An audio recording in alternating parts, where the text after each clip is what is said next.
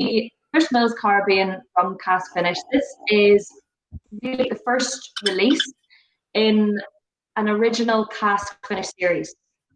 So it's certainly, I think it's really important to highlight it's not a replacement for the Bushmills original that we know and love. It's simply an extension of the Bushmills original line, if you like. So the Caribbean Rum Cask Finish, we all know the Bushmills original is a blended whiskey, a ratio of malt to grain. The difference with the Caribbean Rum Cask here, my bottles looks very sad. I'm definitely going to bottle kill this tonight. The difference with the Caribbean Rum Cask Finish is that the malt component has been, so the malt component of the original has exclusively been aged in ex-rum casks or been recast from bourbon and then, of course, aged in rum. But it's exclusively the malt component. Now, our master blender, Helen Mulholland, who we all, I'm sure, know very well, phenomenal lady, she has been working with rum casks probably for about 20 years or so at the distillery. And what the rum casks really impart to a whiskey and to this expression is that beautiful kind of tropical, exotic fruit notes. But of course, that Bushmills DNA, that triple distilled single malt spirit, it's still evident in there. You're still getting that beautiful crisp green apple freshness and that honeyed malt, but it's just kind of a little bit amplified there. Beautiful tropical note, bit of toasted coconut in there as well. It's a cracker. I really love this one. I was actually, to be honest, I don't want to say I was pleasantly surprised by it, because it's beautiful, but I really, really do love this. I really, really do. I like a rum cask whiskey. Being honest, I do like a rum cask whiskey. I also, anyone who knows me knows that Black Bush is my go-to whiskey. I always tell anybody who's talking about Irish whiskey and so on and so forth that Black Bush is, for the price point, it's just phenomenal. Now, I haven't done my whiskey reviews. I haven't done whiskey review of Black Bush, but a spoiler alert. It's getting 10 out of 10, right? Okay, just before anybody has to watch it, just telling you now. But I didn't go and get a rum cask because I was in 2 off licenses and it didn't have it, and I hadn't really time to go. I knew one that would definitely have it, but I drove past and there was a queue about 10 people to get in, so I thought, right, I'll rock up some other time. But so this isn't like any of the releases that have come out for other. This is, how much is this a bottle? So it's about £24 or €30. So again, a ridiculous price point. It's brilliant.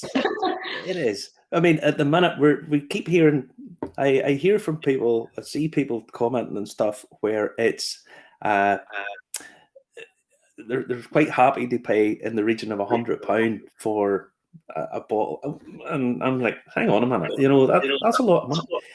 They're always limited edition and so on, and here's one that's coming out that's £22, £24, whatever it is. Absolutely. And see, even from the feedback we've kind of been getting from this from various people, even from media as well, obviously everyone is familiar about the Causeway Collection that we launched in October last year. Obviously super premium, really, really rare, unique cask finish whiskies. And I think people appreciate that we've kind of given a bit of love and attention to a more kind of, approachable, I don't want to say approachable, kind of more of an entry level whiskey and something that is a little bit more affordable. And I think people do really I love those, Lauren, because you made cocktails. You made 2 lovely cocktails for us, and exactly. I still have that Bushmills hot sauce. It's unbelievable on my breakfast in the morning. The amount of people who message me on the daily about that hot sauce is hilarious. Like it's just so it's been very, very popular. But no, it's such a versatile whiskey, and as you say, Justin, cocktails. Someone mentioned the highball earlier, absolutely, and even this is even really lovely, and kind of like I want to say a Caribbean twist on an old fashioned. We call it a Caribbean sun. It's beautiful with rum cask, demerara sugar syrup, and Angostura bitters. Beautiful, works really, really well in it. So we're being asked a couple of questions, a couple of really good reports coming in from it. So I think Thomas Jones was saying hello to you personally. John Dunn is saying, will this release be followed by others? Absolutely. So similar to the Causeway Collection, the clues in the name, it is a collection. So we will absolutely continue to release expressions within that collection this year. Certainly for the original cask finish releases, absolutely, you'll be seeing definitely another surprise down the line this year. We're hoping probably about, I would say, end of June, July time. So absolutely, this is another series. But like, guys, I've been a little bit critical of Bushmills over the last couple of years because there's other people seem to have jumped the gun on them, bringing out these special releases and experimental cask finishes. Bushmills actually brought out the acacia wood, and I thought it was exactly what Bushmills should have been doing. But it didn't really. It was only released in the shop, and it was quite limited in where you could get it. Now I think you've actually got ahead of the curve by bringing out something that is entry level price, but something totally different, something that people can try. There's lots of stuff coming out that the secondary market guys are buying it. They have 4 or 5 bottles that they can sell later on, possibly with one. But you're bringing out something that everybody can afford to buy and have a try at it. Exactly, that's it. I think that was one of the main, as I said a few minutes ago, the main kind of points of feedback that was coming back. It was great that we're kind of, because you have to understand that not everybody wants to, or not everybody can afford to drop £400 on a bottle of whiskey. Absolutely not. And with this one, it's a beautiful, easy sipping whiskey, really, really versatile. And that's what I love about Bushmills. There's something in our kind of family of whiskies for everyone and for every palate, every price range as well, which is great. Somebody made a very big statement, Marty, just when you mentioned about Blackbush. Someone said that the Caribbean rum could replace Blackbush as their everyday drinking whiskey, and I was like, that's a bold statement. That's a big. that's a big statement. That's what I was going to mention to you. You've got probably my favourite combination of drinks there: a pint of stout and a Blackbush. Perfect. What's not to love about that? I mean, the first thing I'm ordering on the 30th of April when I get into a pub. I've been watching the news all week, and there's a Twitter page. If anybody's on Twitter, go to a page called Crap London Guinness, right? And what it is people. I was talking about this earlier to one of my friends. And it's these guys who are getting pints of Guinness. And do you remember a couple of weeks ago we showed the pint of Guinness? It was quite obviously a tin of Coke that somebody had put in. Do you remember? It was for obviously taking a photo. These things are just horrendous. They're just, and you're like, I'm dying for a draft pint of Guinness, and that's what they're able to get one, and that's what they're being served. Are you hoping to get back on the road soon doing those, or is it going to be limited to virtual from now on? Is it?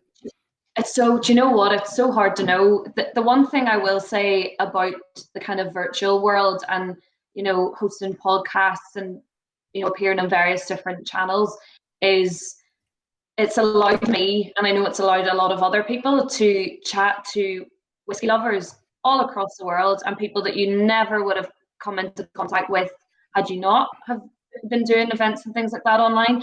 That's the one benefit that I am going to take away from that. Because you have people in the US, you have people in Germany and Spain chatting to you about Bushmills, which you never would have probably done before. So that's the one positive about it. In all seriousness, I think we're just going to have to play it by ear and see what happens. Because I'm sure you're both very familiar with our Blackbush Stories series of events and how popular it is. And obviously we did a great job of kind of converting it to the virtual world, but it's just not the same in person. I'm a huge people person, as you probably know, and I love just talking to people in person, bouncing off the energy in the room, and I miss that. Like, you really do miss that face-to-face interaction with people, but honestly, it's hard to know. I would imagine what you could probably get away with doing is maybe like pop-ups and beer gardens and things like that, especially if the weather gets a little bit better, just so you can really get talking to people in person again. But as opposed to kind of live events, I think we're all still kind of on standby by that. I'd like to think by the end of the year, definitely we would have returned to live events. Fingers crossed. Yes, hopefully. So I see that somebody's saying, I've seen this because I know tour guides down there, takeaway pints of stout are available from restaurants in Dublin. Yeah. Yes, yeah. I think, I mean, who knows who knows what is going to happen. But listen, we're here. Takeaway pints are normally in plastic bloody glasses, which is not the same. I don't care No, what anybody it's not. says. That's the worst thing about it. It has to be in a glass. Absolutely. Yeah, it does. All right. Now, design. I love the design of these because they have a continuity across the design of the Bushmills range. But we're talking a wee bit about design tonight and other aspects of design as well. I mean, some of these ideas that come up with are absolutely fabulous. I mean, that looks like the sun setting in the Caribbean or something like that. I don't know, but it looks fantastic. Yeah, very much. So I think branding is so important. It really is. I know, Marty, you're a big fan of branding and continuity. I am. Now, everybody keeps thinking I've this absolutely enormous whiskey collection. I have some bottle. No, I have plenty of bottles. But I thought we would do a little bit on branding. So I've brought out an old bottle. Oh, wow. I love those old labels. So we have the old label Bushmills. I love them. And this is the new one. But you can see an evolution there, but they're not that different. You know, it's that square bottle. Oh, make sure you close the door, Marty, in case Eeyore gets out of the dungeon. No. He's all right where he's at. Keep working, you. So you're right about the bottle shape there. Like, see, there's a bottle in the distillery, and we believe it's probably the oldest bottle of Bushmills whiskey to exist. It's probably from about the 1880s, and the bottle shape really hasn't changed much to what it is today. But I absolutely love that. And see, if you look at all the like the old Bushmills ads and things like that, even from the US, even from the 90s, even 1950s or so, the bottle really hasn't changed to the point you wouldn't recognize it anymore. And I think that I love that. I love the fact that it hasn't really strayed too far away from what it originally was. Like, we haven't, elongated the neck of the bottle or dramatically changed the shape. It really has stayed true to its origin. I love the fact that it's extremely practical as well, because that's always the genius. When you're putting this in, there's no dead space. You can fit them in a row and fit them nicely in a box. Lots of the round bottles, you've got lots of dead space.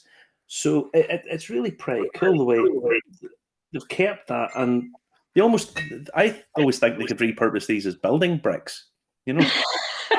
Somewhere you'll have some boy build a house out of Bushmills bottles. Don't give Grand Designs an idea.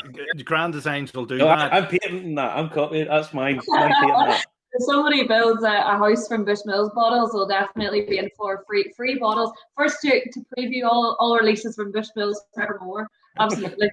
Now, we're going to get loads of orders from Bushmills. Even a garage.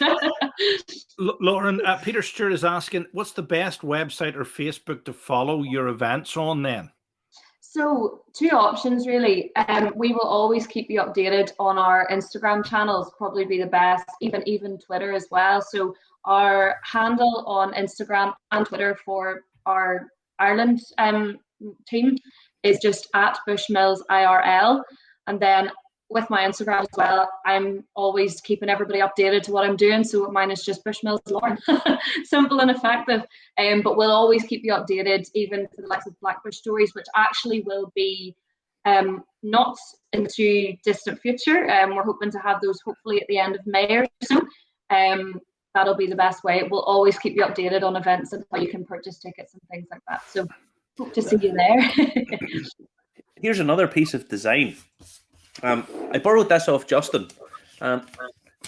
Bushmills is the only distillery to appear on a banknote. Okay, so Bank of Ireland, Bushmills Distillery on the banknotes, and and the old fivers. Now this is plastic money.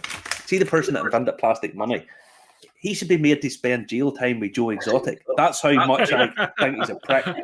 It's horrible. It just feels horrible. Everything. And you lose it. And you lose, and you open it up, it springs out of your hands. Yeah, it's awful for. I rarely carry cash anyway, to be honest now. But no, they're terrible for doing that. As you say, you lose about 20 quid. It's awful. But here's the thing. A lot of people don't know this. Now, Bushmills is there. Who's that? Who's this? Who's that on that, Lauren? Who is that? I can't see it. Hold on, I'll make it bigger. I'll make Marty's bigger. Right, where do you see? Here's Marty's bigger. There you go. Yeah. I genuinely have seen those ones that you're holding, Marty. I've only seen the other ones that doesn't have that on it. I don't think. Well, that is Medusa. You know the Gorgon Medusa, who's yes, of course. I genuinely have never seen that. I've only seen the ones that you have on the screen at the minute there. No, I had to be fair. I never seen this. I had to get it off Justin because he's the only person with any money. But no, actually, I've got a better banknote. Look at that one there. There's Jody Best. Jody Best. Jody Best. Hang on, Justin. Hang on. Jody Best whiskey, son. Jody Best, you've trumped me. You've trumped me. Oh. You got that a couple of weeks ago. Bushmills is the only distillery in the world to appear on a banknote. Yep. So we appeared on the banknotes back in 2008, which was the 400th anniversary of our original 1608 license. So I believe they appear on the 5, 10 and 20 pounds Bank of Ireland notes. I love them. As you say, that nothing beats the old ones. Don't like the plastic one. Plastics are just awful. They're just terrible. Absolutely terrible. I borrowed a fiver from Justin. I borrowed I had to use a tin opener to get it out of his hand.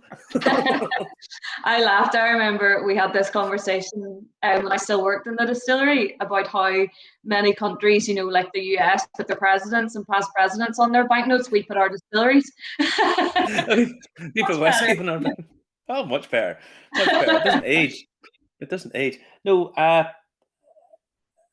Lauren, you're going to give us your opinion on some of these bottles, okay? I've Penderyn, right? It's the Art Deco design of this. It looks, I think it looks like a sort of kind of like a rocket ship or something. It's really Art Deco. It's really quite funky. That looks huge. That looks like bigger than. Is that a litre or 700 mils? No, that's an ordinary 700 ml bottle. That's huge. That's the Madeira cast finish one. But I mean, there's a lot of thought has went into this. This sort of fluting at the side, and it just looks really cool, And I like that. I thought that was pretty nice. It looks. I can see there's kind of like a little groove in the front of the bottle there. It looks quite nice. The first thing, Marty, when you lifted that up, that I thought of was a pint of Guinness. See the groove in it? Mm-hmm. Like a pint, like a Guinness glass. Yeah, that's the first thing it reminded me of. Yeah, sometimes those simplistic actually works best. I think it looks really well because it's sort of a little bit decorative, but without being elaborate. I thought it looked really nice. As I say, folks, anybody who has a favorite bottle or favorite design, tell us about it or send us Justin can maybe see if we can get pictures brought up or whatever. They can do. Mark Stevenson is saying Writer's Tears is also a very tall bottle as well. So yeah, the design of some of these bottles, an awful lot of thought goes into them. And I mean, I would imagine people keep on changing them, the shape of them for distribution purposes, so more fit in a case or something like that there. But it never ceases to amaze me. I mean, this is Peter Stewart is saying this. When I was young, in the 70s, I had 6 Bushmills bottles with jug handles. Unfortunately, they were empty. To be fair, I think I've only ever come across about one of those in my years with Bushmills. I was just about to say, Mark, the Sexton. That's a beautiful bottle design. It really is that lovely dark blue hexagonal, and I love that. Yep, there we go. There we have it. It is. No, it's absolutely beautiful. Really, really is. Obviously, it's produced to replicate the beautiful basalt columns found in the Giant's Causeway. So it's a cracker. You can build those well, Marty. You're talking about shelf space. You can actually make your own Giant's Causeway if you save up a few bottles of sex. We need 50 or 60,000. I wonder where we can get them. It'll take quite a while for us to get through. It wouldn't take Marty very long. What are you on about? Nothing. People were talking about the McConnells. I think this is fabulous. It's a stunning bottle. It is. It's really good. But I don't think people sometimes appreciate the cost that goes into making this here. To get a bespoke bottle mold made is a huge amount of money. And then to have your branding up here. I mean, even the weight of the cork there is it's impressive, you know. Paul's panicking. He's panicking. He says, Bushmills bottle is perfect. Is it changing? No. Lauren's just on tonight to talk about the rum edition and design a bit. That's all. It's not changing. Honestly, it's not changing. Calm down, Paul. Calm down, Paul. Calm down. We've just gone on a bit of a tangent. Yeah. No. Robert W. Johnson, I like the Dunville's bottle. Not too much on the label is amazing. The Dalmore with Stag's Head mounted on the bottle are great. Yet design is a very, very important aspect of all bottles. It is. I'm looking down here and I see people pulling up, and it's amazing. What I have sitting down here is basically tallying up with everything that people are saying here. So. And you said you have a collection. Yeah, Penderyn, Art Deco, really quite nice. I always think Penderyn's one of those distilleries that is a little bit underappreciated, because what they do really good stuff, and I think it's because it's Welsh and it doesn't have the sort of heritage of Irish and Scottish whiskey. That they don't necessarily receive the recognition that they're going to get. But at some point, all of this, people will start really appreciating whiskies from other areas and stuff, you know. Getting really, really positive comments in tonight, Lauren. Keith McCann is saying the Welsh bottle looks really well, as do Waterford releases. But pound per sip, Blackbush is the best Irish available. There you go. Really good to hear that. I love it. That's the thing. Blackbush, I feel like everybody has a story with Blackbush whiskey, you know, like, see, a lot of my role would be bartender education, and the amount of people that say to you, I love Blackbush, you know, my granddad always had it in his cupboard, or, you know, my dad got me into drinking whiskey with Blackbush, or it was the first whiskey I'd ever tried. So it's a nostalgic whiskey. I think it really is phenomenal. I'll tell you, for me, the quality of the spirit you get for Blackbush, for the price that you get it at, is just absolutely mind-blowing. Dunville's, another, what I call the Lazarus brands, risen from the grave, but they've kept the authentic labels. Now, this is the 1326 single cask one. I always think that the Three Crowns labeling is just phenomenal. I don't have a bottle of it at the minute, to be fair. All the lovely white embossed and stuff is absolutely beautiful. But the thought that has went into the Dunville's bottles is just super, and even the little black roses on these single cask bottles is really, really nice. You know, nice touches. Those labels are absolutely beautiful. They really do stand out, don't they, on the back bar, even in the off license, they really do catch your eye, the colours and everything. Yeah, and it's sort of a repurposing of the old vintage bottles, but they've done it really, really well. They've just sort of taken the old labels and sort of tightened it up a little bit and polished it, and I think it looks super. Now, Lauren, I know it's not in your remit, but if you had the design gods to come down, what sort of bottle would you design? What would you go for? Because it's hard to beat something like the Coca-Cola bottle. You know, the Coca-Cola bottle's so iconic with the ribbons on it. The glass bottles. Yes. I love those. You never see them anywhere now, really. It's very, very few and far between. You'll find those. I've never been asked a question before. I know. I'm putting you under pressure tonight. Maybe I shouldn't ask. I need to have a well thought out drink. I thought think about this. See, the thing is, a lot of people don't realise about our current Bushmills bottle is, you know, the rocks glasses that everybody loves. See that my water glass. Yes, lovely. I love a square glass. Now, Marty likes a round glass, but I like a square glass. Yeah, square glass. The shape of those glasses are mirrored to be exactly the same as the bottom of the bottle, like kind of a laser cut the quarter, the sort of bottom quarter bottle. I love them. I would need to have a real thought out think about this. It's really stuck to me now here. I was trying to think how could we play around like 1608. What about a pot still shaped bottle? That would cost about $1,000 a bottle. to try and get. Right, funny you mentioned that. I have down here Old Putney because it's the shape of their still. Now look. Oh, there we are. See, that's gorgeous. Isn't that lovely? You have that, and you kind of know what you're getting. You know that there's going to be lots of reflux in this. There's going to be a fairly light whiskey, but it's just a nice touch, That's beautiful. I like that they can kind of their own pot still design and put it on their bottle. That's really impressive. Yeah, I thought I really like Old Putney, if I'm honest. I think it's very, very nice. And the bottle is just that nice touch, Someone's just said their Blackbush stock's nearly done. So's mine. Mine's looking a little bit sad behind me. It is indeed.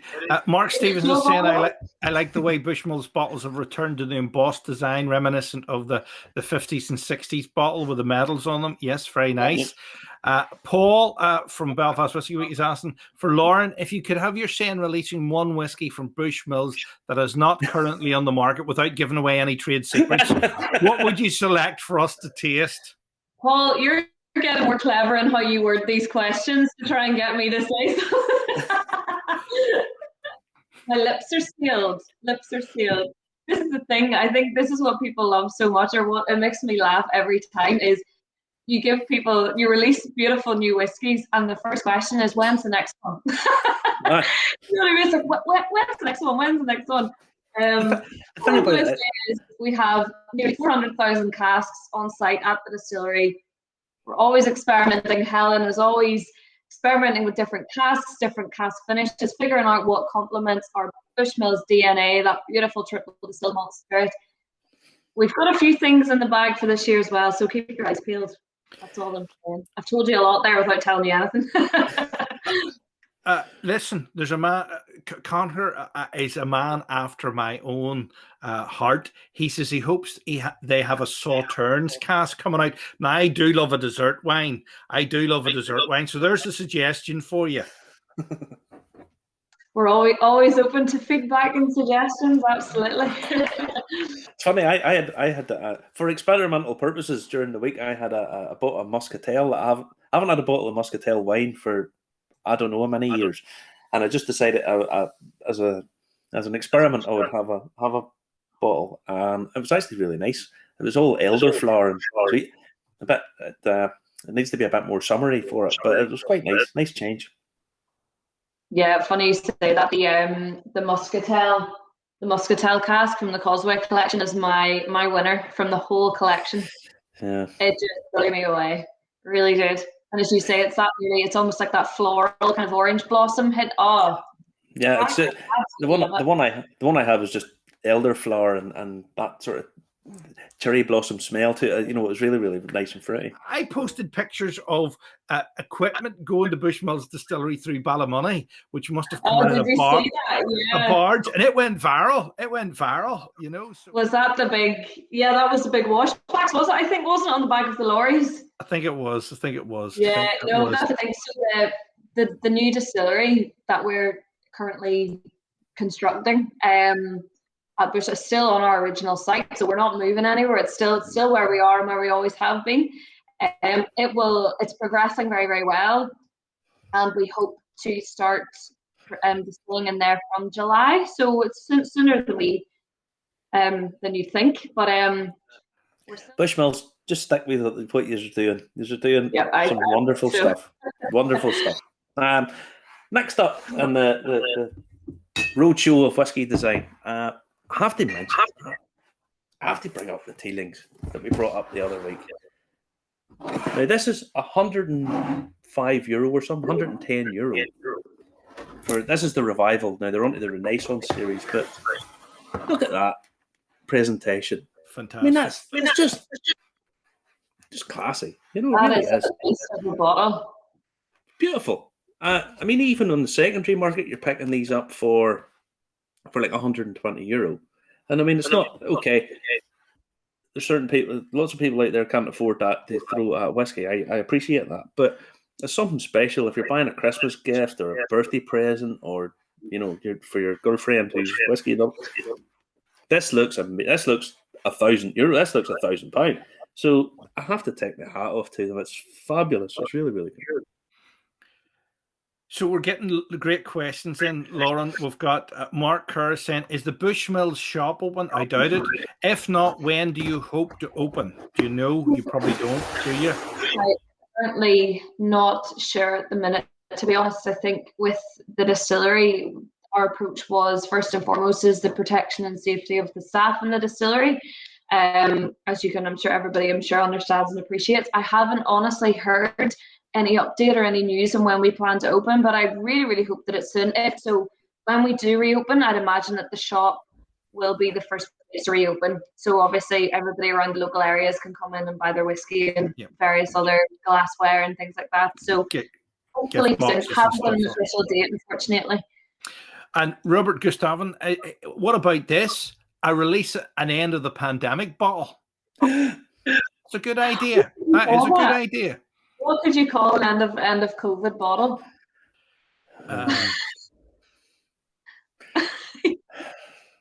The swallows have returned. The swallows have returned, or something like that. There. The COVID. No, I was going to say the Causeway COVID Collection. No, CCC. listen, I've got it. I've got it. Hand gel special. Hand gel. Aged sanitizer. There we go. No, we're not doing that. We're not going down that route. No. Single sanitizer. The Cure. Robert's come up with one. The Cure. She sells Sanctuary. Here's another excellent idea in for Peter Stewart. Would Bushmills ever consider doing 20, 50 milliliter bottles of new releases that are released for faraway lands for locals to enjoy? That is a good idea. That is a good idea. Some people stand out in miniatures. Absolutely, and it's really nice to hear feedback like that, because we try to listen to our consumers and people who know and love Bushmills as well as we can. So I mean, it's something certainly that we could look at down the line. As you say, I know a lot of people who don't live in Ireland and are all over the world who want to try the Irish releases and things like that as well. So it's a fantastic idea, but it's always nice to hear feedback like that. Yeah, absolutely. Marty and me, don't worry, because we have agents all around the world. Yeah, you have all your contacts. Secret agents. Yeah, the Hooded Claw. The Hooded Claw. Sure. Amazing. I like that, Robert. The Cure. I like that. No, the Cure. That's a great idea. Perfect. Nice. It is a good idea. There you go. Right. So the Tea League one, I think we're all impressed by this. Fabulous one. Next up. We'll go for this one. This isn't actually a whiskey. This is the Crystal Skull vodka. Oh yes, vodka. That's a classic. And the good thing about that is you can drink the vodka, fill it with water, and set it up, and let on you haven't opened it. Is that what you've done? No. It's like the Arthur C. Clarke mysteries there. Arthur C. Clarke, do you remember it used to start? You don't remember this, Lauren. Arthur C. Clarke did UFOs and Mysteries of the World. It started off with the Crystal Skull, Arthur C. Clarke's World of Mystery. That was a super program. I loved it. Marty only has that up to pretend that he's Indiana Jones, Dan the Man Aykroyd. This is actually Dan Aykroyd owns the company, or I think he part owns the company that makes this. It's Crystal Skull vodka. No, it's a great piece of design. It really is. It's super. Fantastic. That wouldn't be a cheap bottle to produce anyway. Design on that one. Absolutely not. Absolutely not. Now I'm not a big vodka drinker, but I bought that. I think I bought that cheap somewhere one time. I just thought it was. I had to throw that in because it He was sitting looking out at me. I thought, well, Marty, what was that? What was that bottle you bought cheap at some bring and buy sale? And it looked like, one of those wee empty things, and you give me a taste of, and it actually had the real whiskey in it. It was worth a fortune. It was only a wee tiny. What was that you opened for me that time? I think it was one of the Tullamore Dews that I bought for like £1.50 at a like a charity. I shouldn't say it was for charity. It makes me feel like a right mercenary. But no, it was one of those like £1.50 and like 1950s, 1940s Tullamore Dew, and I said, "Oh, happy days," But I should probably have made them aware of it, give them more money, and then eat it, my fellow man. But I didn't. So there you go.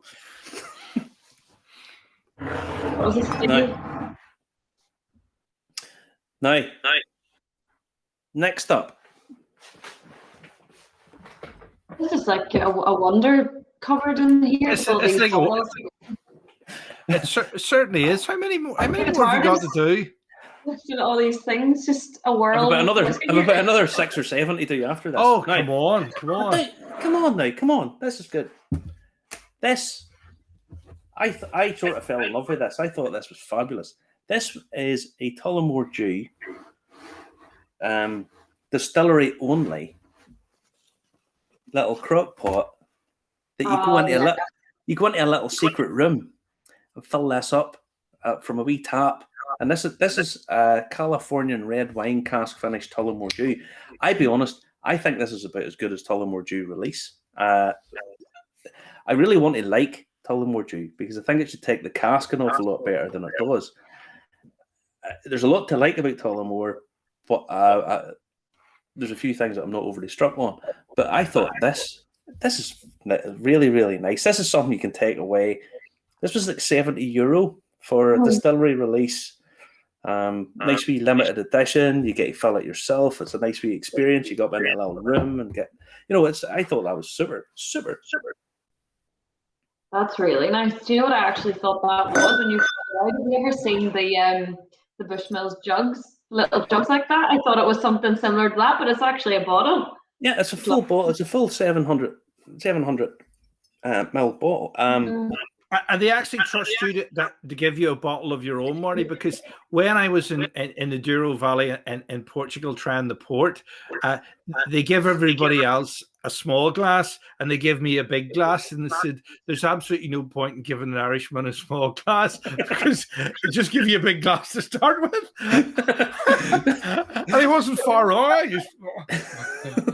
Well, the wee girl that I went up with, whose name it was either Siobhan or Sinead or something. And she was utterly charming, really, really friendly, funny.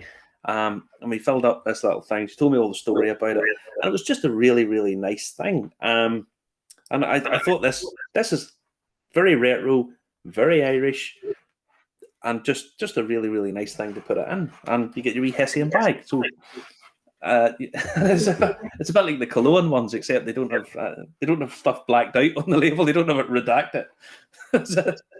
Connor sent a sneak peek of the new Distillery Tullamore 6.5-year-old single pot still 2 weeks ago. Spectacular stuff. Good. Yes.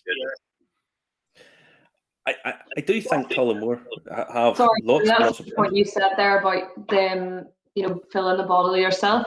We're talking about kind of brand imagery in bottles and, branding.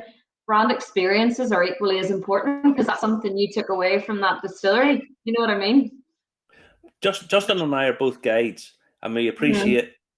I've been in a number of distilleries in Scotland and stuff, and some of them are very routine. You get through the motions with them and so on and so forth. And some of them have just a nice personal touch. There's so many little touches. I was in the Edinburgh distillery just down Holyrood Distillery, down near Holyrood House, and as a tour guide, you're looking at, they don't have enough toilets, and you have to get in that, and people go. But once you actually get into doing the tour, it was really, really well thought out, really, really good. The tour itself is super, but the brand experience. If you can get someone to go away from the distillery thinking, "Wow, I had a great experience," you kind of have a customer for life. You really do, absolutely. Yep. That's what was so, because that's what I did at the distillery for 5 years before this role was a tour guide, and I loved it. And see, just putting a smile on people's faces and just telling them history about a huge brand, but at the same time, when you're in the distillery, it feels like its own little world type thing as well. And it's so important to give that to people because, as you say, it's something they will never ever forget. Experiences are so important for people. I think actually people might opt more, even when you see holidays and travel, tourism, and things like that as well. It's experiences people look for more rather than things. That makes sense. I must admit that is true, Lauren. I actually take people to Bushmills even if Bushmills isn't on the itinerary, because you can just come in and out of the Giant's Causeway past Bushmills, let them take a picture, let them go to the toilet, and let them go to the shop if they're big fans. And it wouldn't be the first time that I've dropped gentlemen off at Bushmills and their wives have gone and take the pictures at the Giant's Causeway and then just pick them up on the way back. And just left them. That happened so much, and it was brilliant. It was like, I had so many people, the exact same thing on my tours. They would say, "Oh yeah, my wife's actually at the Causeway, but I didn't really want to go. I want to drink with them." And you're just sitting at the bar, and you would have a great chat with them. Yeah, oh, it's brilliant. And the thing is, it's so nice as well. See, even at the distilleries in Drito, we have that you can personalize your own bottle, or you can emboss the size of the bottle, and that's a little something, with the distillery reserves, the 12-year reserve, that you can't get anywhere else in the world. And that little token that they have, say if they're not from Ireland and they're from elsewhere in the world, that little token that they can take away and keep with them forever it's really, really nice to have. Excellent stuff. We should be running a focus group here tonight, Marty. There's Peter Stewart is saying Bushmills should get a tree from the dark hedges and make a few barrels to mature people some whiskey, and that would be hit. I've got to do it. Winter is coming. Has to be done. Oh, the only problem is they're beech trees. So the making cans, I don't know whether beech wood is very astringent. Yes. I worked for a little while down there. The other problem you have there is conservation and sustainability. Don't want to be putting a tree in the dark hedges. I don't think that would go down too well. I think he means a blowing down one. You could do beech nut chewing gum flavored whiskey. Yeah, no, that's a different story. If one falls down, I guess. so basically, what you're wanting is like a tour bus that's decided to ignore all the rules, smashing into one, knock over. Hooray for Bushmills! No. Oh, don't be attacking us, tourism NI. We didn't mean it, I swear. No. We're not going to do that, promise. Yeah, promise. Here's Connor Withers. He said, when I took my dad to Middleton, the first thing he did before the tour even started was tell the guide and the whole group that Bushmills Distillery tour was the best he had ever done. I bet you the guy in Middleton thought that was a nice start. Oh, no, your dad's a legend. See, that's the thing. Another thing, I mean, I know it's probably very slowly starting to change, but for a while, Bushmills was one of the only distilleries in Ireland that actually took you into production areas, and that really fascinated people because see the smell as soon as you go into the malting or the mashing area. It's the smell of the barley, that beautiful smell. Then fermentation, you get that kind of banana caramel note, and people absolutely love that. And then the heat of the still house hits about 40 degrees in the middle of summer, and everybody's sweating like, "Get me to the bar, I need a whiskey." True. Trevor Watson is asking Lauren, what's the most expensive whiskey that you've tried at the distillery then? That's a very good question. The two that spring to my mind immediately, and I would say they're probably most expensive now, in relation to how long ago they were released, was the 25-year Millennium Malt from Bushmills, and also one of my absolute favourites. Now, this wouldn't be the most expensive, I would say, at the minute, but it was definitely a standout, was the 1608 Anniversary Edition. I've only tried it in my 7 years with Bushmills. I've only managed to try it twice. Once was at the distillery when we had like a dribble in the bottom of the bottle about this size, so I made sure to get some. Second time was actually with Paul during Belfast Whiskey Week in 2019. That's the 2 times I've ever tried that. There you are. I have a bottle of that sitting in there as well. I would say probably from my time there, I tried way more expensive Bushmills whiskies, even the distillery with the Causeway Collection launches. But when I was there, it probably was 25-year millennium. Yeah. Put it like this. Paul, I know Paul is watching tonight. Paul and I have both talked about this and agree. Bushmills have, without question, the best whiskey stock in Ireland. We know that they have the best whiskey stock in Ireland, and we've been sitting trying to tease it out. What are we going to get? What are we going to get? And the quality of Bushmills stuff is just amazing. It's second to none. Even our Black Bush Story series of events as well. You might have people. Often you get people, who are partners, and one of them loves whiskey, one of them doesn't, but because of the experience and they've been introduced to whiskey in a completely different environment, and maybe even through a cocktail like they've never experienced before, and they kind of like, hold on a minute, like I actually love this, I love the brand story, I love the whole atmosphere of the event. So can I just say the Distillery Reserve Bushmills is fabulous stuff. The 16, the 12-year, the 12-year-old Distillery Reserves, fabulous, and the 16. In terms of value for money, the 16-year-old Bushmills is it's a phenomenal. It would be certainly my favorite Bushmills within the kind of core family. It's just, you genuinely could sit with the 16-year and happily just sip it for about 20 minutes because there's so much depth to that whiskey. There's so many layers to peel back from the 3 cask maturation that it's just, it's awesome stuff. The 21, I have to just put a little thing out about the 21. The 21 has the most beautiful finish on it. It's lovely, very silky finish on it, but it's just a little bit boring, if I'm honest. I just think it's I always liken it to the girlfriend your mum would pick for you. She's going to be good looking. She's going to, she's going to have well educated, nice prospects and all that. But it's maybe not what you're looking for. I just want you want a little kick to it. That's how I describe Bushmills 21. That's so important as well, because I think many people think, because it's older, it must be better, an older age statement, so it has to be better, which is absolutely not true. It all comes down to, well, first of all, your own preference, your own palate, and second of all, the casks finishes and casks that are used in maturation. So I have to agree with you on that one. The 16 for me over the 21 anyway. I think the 16 just has that nice more depth to it and more you can grip more to it. The 21 is fabulous, but it's just a little bit. It's like having a Rolls Royce and taking it to the Spar. It's not really what you need, I picked up on a little comment that Justin sort of skipped over. Stacey McAllister said Old Putley is regularly in the Pot Still Bar at £2.50. I know exactly what she's talking about. That's the Pot Still Bar in Glasgow. If anyone ever goes to Glasgow and doesn't go to the Pot Still Bar, they need horseback through the street. It's just an amazing place. I haven't been for about a year and a half now.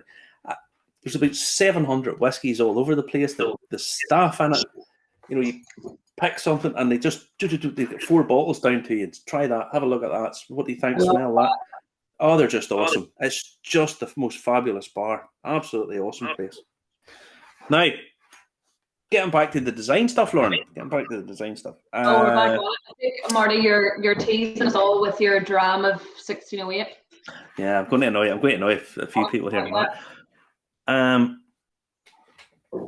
like that. I love this distillery, and I love this bottling as well. Edredur, cask strength. Now, the reason I like it is, look at the size of that stopper. That's a stopper and a half. For Bushmills, look at that. Size isn't everything. I know this, Justin. I know that more than anybody. But this, I think that's a really nice single cask, natural cask strength. But it's just a nice presentation. It almost comes in it's almost like a sherry decanter. It's really nice presented. Edredur, I was lucky enough to be at Edredur a few years ago. It's a beautiful distillery, but I think the way that's set out, the colour of this is a little garish. That it's a bit sort of glamorous purple. But I think the bottle itself is actually really pleasant and nice. I love that. I like the look of that. I like that, and I like the big cork. It reminds you of the McConnell's cork as well, doesn't it? Yeah, you see, I'll give you. I'm going to pour this the 1608. I'll just wet the cork before I open it. Teasing us all. You know what? See Just that? on the note of that whiskey with the big stopper. If we have any tequila drinkers or lovers listening, because I love tequila as well, 1800 tequila has the big stopper at the top of it, and that's the first thing I thought of when you brought it out there. Yeah, it's just. I think it's a nice bottling. Yeah, it's I lovely. really like Edritor. It's tiny wee distillery. It's that tiny that it's twice the size of Brendan Carty's in Cologne. That's how small it is. But it's a fabulous distillery, and I really like the bottling. I haven't that opened yet. I might chance that later on in the week. But so that's Edritor. Now we're going to go to Waterford. Yes. Now, in terms, this is like Doctor Who when it first came on versus all the Coronation Street. I've already said this is my old go-to whiskey, but if you see something sitting on a shelf, this stands out. It just does. The blue, the glass stopper, Before we move on, Marty, somebody sent in a lovely picture of them at the Edritor, at the smallest distillery in Scotland. There you go. It's Mark Kerr standing there. Yeah. The sign's probably bigger than the distillery, is it?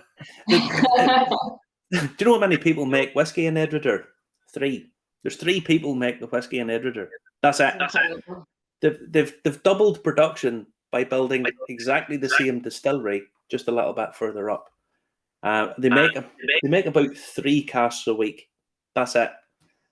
It's just, and there's 2 wee rivers run down through it. It's all white stone building. It's just like a wee postcard. It's a fabulous little place. It's really, really nice. Really nice. Now, where were you, Marty? You're in Waterford now. Waterford. Now, Waterford, that blue really stands out. It's really quite nice. Do you know what these little ripples are for? It's not for striking a match to have a cigarette. Don't be smoking, kids. Bad for you. This is to replicate the ploughed, furrowed fields of the people who grow the barley. Oh, nice. It's nice. It's really nice. I love the textured label. The whole thing about it's just really quite nice. There's a name for this cork, or name for this stopper. I can't remember what it is.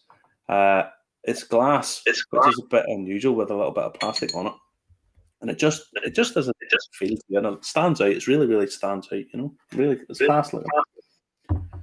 There's very few actually Irish whiskey bottles that are coloured as well, so that kind of makes it stand out a little bit. Lovely blue colour. Mm-hmm. Even like Jackson is obviously black as well. It obviously catches your eye.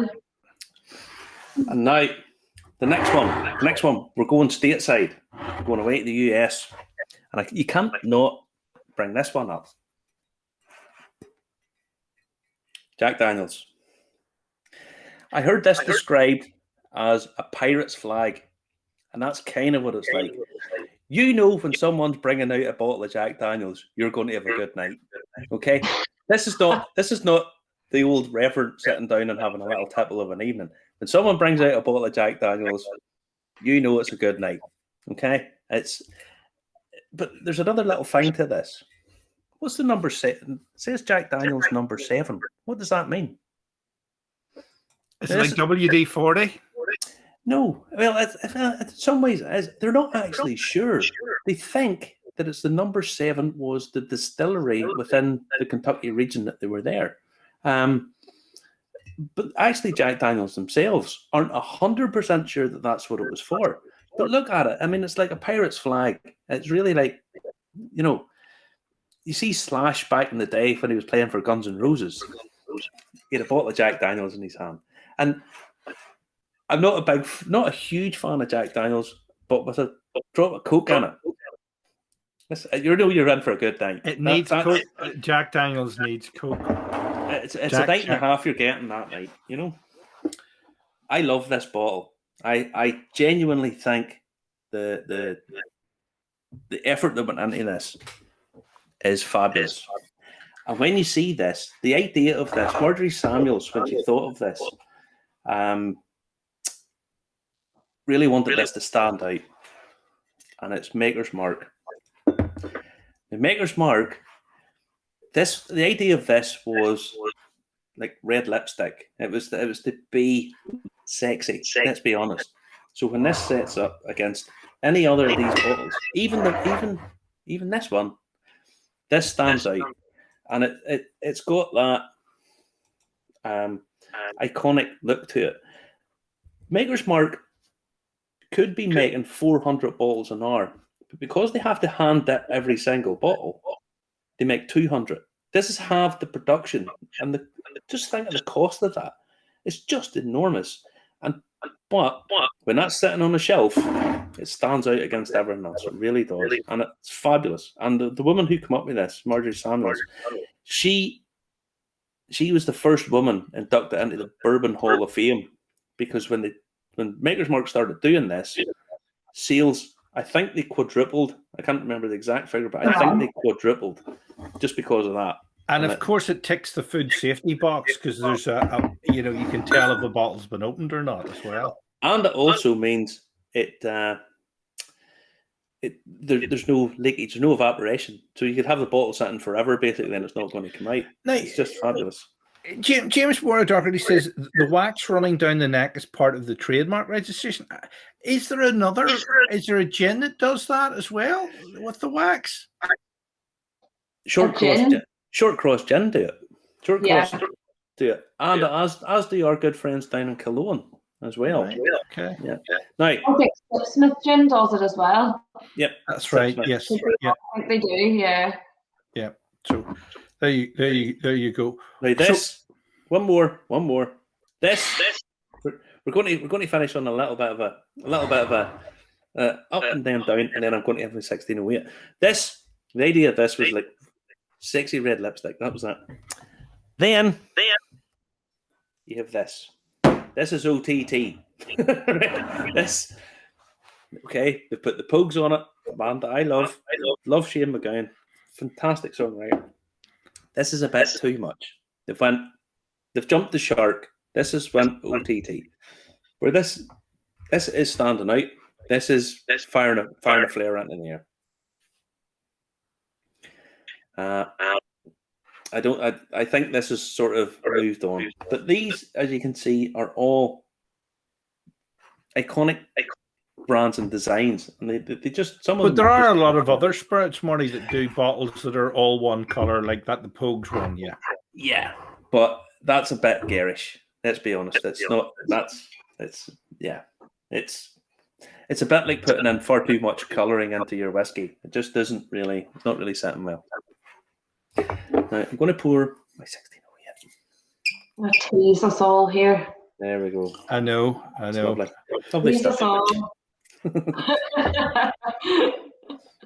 Oh, lovely, nice, light, malty the whole way through. It's nearly just rubbing it in. It is. William McLennan says he likes your 10-year-old. It's hard to beat for the money. Yeah, absolutely. And it's such. Do you know what? Say if someone said to me, I've never drank whiskey in my life, but I really want to start getting into it, it would be the Bushmills 10-year that I would direct them towards, because it's such a delicate, beautiful whiskey. And even our master Helen, she is very open and states that our Bushmills 10-year is the hardest whiskey to get consistent, because it is so delicate. There's not really anywhere to hide with it. You really have to make sure that those really subtle green apple kind of milk chocolate notes really shine above everything else. But it's definitely it's phenomenal. It was the first single malt whiskey I ever tried. I love it. It is fabulous. Lauren, thank you very much for your time tonight. It's been absolutely fabulous, and I'm glad you stayed on and gave us some of your opinion on these bottles. Absolutely. It's been great. I like the fact that people have commented stuff that they like themselves as well. I'm going to go and enjoy myself and have my 1608. Thank you very much, Lauren. It's been a pleasure.